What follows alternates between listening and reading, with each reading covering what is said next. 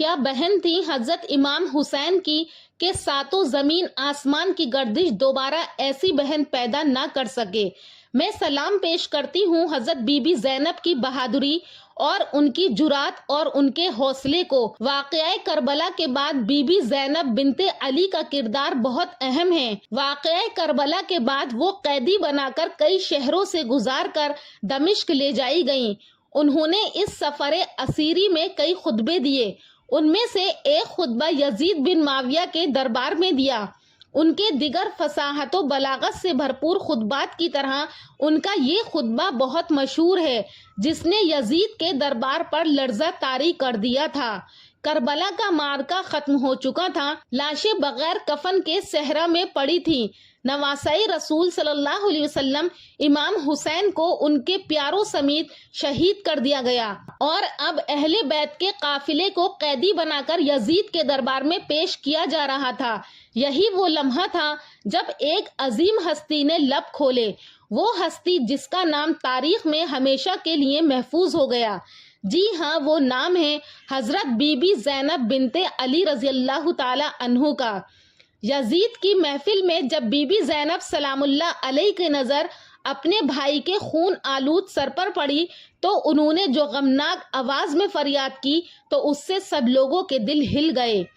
یزید نے جب امام حسین کے دندان اور ہونٹوں پر چھڑی پھیر کر بے حرمتی کی اور فخریہ اشعار پڑھے تو زینب بنت علی سے نہ رہا گیا۔ انہوں نے کھڑے ہو کر وسیع خطبہ فرمایا، یزید کی تحقیر اور مذمت کی، اہل بیت کی شان بیان کی اور لشکر یزید کے مظالم بیان کیے۔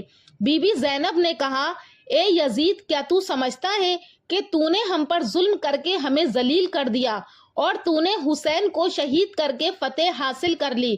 تیری یہ فتح فانی ہے اور ہماری قربانی باقی رہنے والی ہے۔ تو نے سمجھا کہ ہمارے مردوں کو قتل کر کے ہمیں در بدر کر کے تو حق پر ہے؟ نہیں، ہرگز نہیں۔ میں نے زمانے کو دیکھا ہے اور زمانے نے مجھے دیکھا ہے۔ ہم آل رسول ہیں، ہمیں تلوار سے ڈر نہیں لگتا۔ ہم نے صبر کا دامن نہیں چھوڑا کیونکہ ہم نے اپنے نانا محمد صلی اللہ علیہ وسلم سے سیکھا ہے۔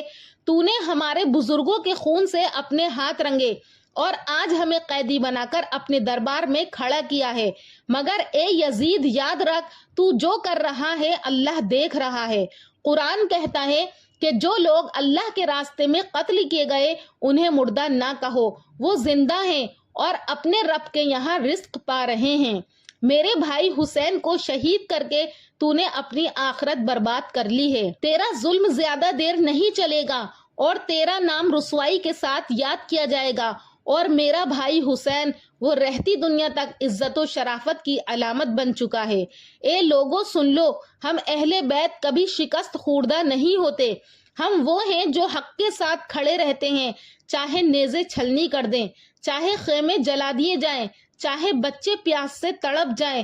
ہم نے سب کچھ قربان کر دیا تاکہ تمہیں یہ پیغام دے سکیں، باطل جیت کر بھی ہار جاتا ہے اور حق مر کر بھی زندہ رہتا ہے۔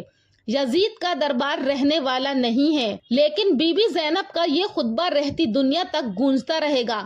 اے یزید، کیا تو سمجھتا ہے کہ تو نے ہم پر زمین کے گوشے اور آسمان کے کنارے تنگ کر دیے ہیں اور رسول کی آل کو رسیوں اور زنجیروں میں جکڑ کر در بدر پھرانے سے تو خدا کی بارگاہ میں سرفراز ہوا اور ہم رسوا ہوئے ہیں؟ کیا تیرے خیال میں ہم مظلوم ہو کر ذلیل ہو گئے اور تو ظالم بن کر سر بلند ہوا ہے؟ کیا تو سمجھتا ہے کہ ہم پر ظلم کر کے خدا کی بارگاہ میں تجھے شان و مقام حاصل ہو گیا ہے؟ آج تو اپنی ظاہری فتح کی خوشی میں سرمست ہے، مسرت و شادمانی سے سرشار ہو کر اپنے غالب ہونے پر اترا رہا ہے اور خلافت کے ہمارے مسلمہ حقوق کو غصب کر کے خوشی و سرور کا جشن منانے میں مشغول ہے۔ اپنی غلط سوچ پر مغرور نہ ہو اور ہوش کی سانس لے۔ کیا تو نے خدا کا یہ فرمان بھلا دیا ہے کہ حق کا انکار کرنے والے یہ نہ سمجھے کہ ہم جو انہیں مہلت دیتے ہیں یہ ان کے حق میں بھلائی ہے؟ ہم انہیں مہلت اس لیے دیتے ہیں کہ وہ گناہ میں زیادتی کریں اور ان کے لیے خوار کرنے والا عذاب ہے۔ اے یزید، کیا یہ تیرا انصاف ہے کہ تو نے اپنی مستورات اور لونڈیوں کو چادر اور 4 دیواری کا تحفظ فراہم کر کے پردے میں بٹھا رکھا ہے، جبکہ رسول زادیوں کو سر برہنہ در بدر پھرا رہا ہے۔ تو نے مخدرات و عصمت کی چادریں لوٹ لی اور ان کی بے حرمتی کا مرتکب ہوا۔ تیرے حکم پر اشقیاء نے رسول زادیوں کو بے نقاب کر کے شہر بہ شہر پھرایا۔ اے یزید، یاد رکھ کہ خدا آل رسول پاک کا تجھ سے انتقام لے کر ان مظلوموں کا حق انہیں دلائے گا اور انہیں امن و سکون کی نعمت سے مالا مال کر دے گا۔ تو یزید جتنا چاہے مکر و فریب کر لے اور بھرپور کوشش کر کے دیکھ لے، مگر تجھے معلوم ہونا چاہیے کہ تو نہ تو ہماری یاد لوگوں کے دلوں سے مٹا سکتا ہے اور نہ ہی وحی الہی کے پاکیزہ آثار محو کر سکتا ہے۔ تو یہ خیال خام اپنے دل سے نکال دے کہ ظاہر سازی کے ذریعے ہماری شان و منزلت کو پا لے گا۔ تو نے جس گھنونے جرم کا ارتکاب کیا ہے، اس کا بدنما داغ اپنے دامن سے نہیں دھو پائے گا۔ تیرا نظریہ نہایت کمزور اور گھٹیا ہے۔ تیری حکومت میں گنتی کے چند دن باقی ہیں۔ تیرے سب ساتھی تیرا ساتھ چھوڑ جائیں گے۔ تیرے پاس اس دن کی حسرت و پریشانی کے سوا کچھ بھی نہیں بچے گا، جب منادی ندا کرے گا کہ ظالم و ستمگر لوگوں کے لیے خدا کی لعنت ہے۔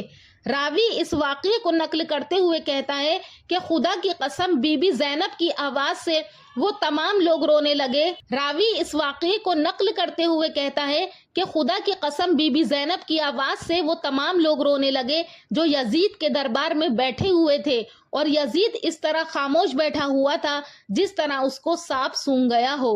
سلام ہو بی بی زینب کی جرات پر، سلام ہو اہل بیت کے صبر پر۔ کربلا صرف میدان نہیں بلکہ ایک پیغام ہے، ہر دور کے یزیدوں کے لیے ایک للکار ہے۔ سامعین، یہ تھا حضرت بی بی زینب کا خطبہ جو کہ انہوں نے یزید کے دربار میں دیا اور جو رہتی دنیا تک قائم رہے گا۔ اللہ پاک سے دعا ہے کہ اللہ پاک اہل بیت پر کروڑوں رحمتیں نازل فرمائے اور ان کے درجات کو بلند فرمائے، اور ہمیں بھی بی بی زینب کی طرح زندگی گزارنے والا بنائے، ان کی طرح ہمیں پردہ کرنے والا بنائے، آمین۔ سامعین، امید کرتی ہوں کہ آپ کو ہمارا ویڈیو پسند آیا ہوگا۔ اگر پسند آیا ہو تو ہمارے چینل نوری اسلامک ٹیوبر کو ضرور سبسکرائب کریں اور کامنٹ سیکشن میں اپنی رائے کا اظہار کریں۔ انشاءاللہ پھر ملاقات کروں گی ایک اور اچھے ٹاپک کے ساتھ اگلی ویڈیو میں۔ تب تک کے لیے اللہ حافظ۔